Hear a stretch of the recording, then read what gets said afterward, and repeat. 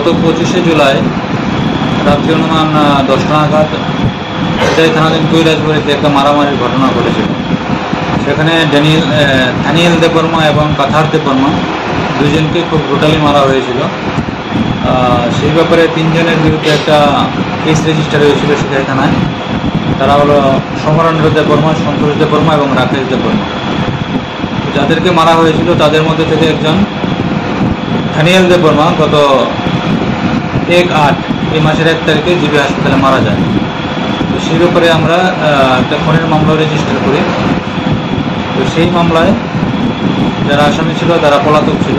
তাদের মধ্যে 2 জনকে আজকে আমরা অ্যারেস্ট করেছি। তাদের নাম সমরেন্দ্র দেববর্মা এবং সন্তোষ দেববর্মা। তারা কি মূল অভিযুক্ত? মূল অভিযুক্ত, এফআইআর নাম ছিল তাদের। আর কেউ কি যুক্ত আছে? আরেকজন আছে রাকেশ দেববর্মা, সে এখনো পলাতক। স্যার, 2 জনকে আপনারা কোথা থেকে গ্রেপ্তার করতে সফল হলেন? তাদেরকে আমরা আজকে পেশাতক থেকে নিয়ে এসেছি। কালকে কি কোর্টে ফরওয়ার্ড করা হবে? কালকে কোর্টে ফরওয়ার্ড করা হবে। এই মানছে স্যার, এই ঘটনার পরিপ্রেক্ষিতে এখনো পর্যন্ত এলাকার পরিস্থিতি কোন পর্যায়ে আছে? যাদের ভিকটিম ফ্যামিলি তাদের মধ্যে একটা তারা খুবই ইমোশনাল হয়ে আছে। এটার জন্য এতদিন হয়ে গেছে আসামিটা গ্রেপ্তার হয়নি। আজকে আমরা 2 জনকে অ্যারেস্ট করতে পেরেছি।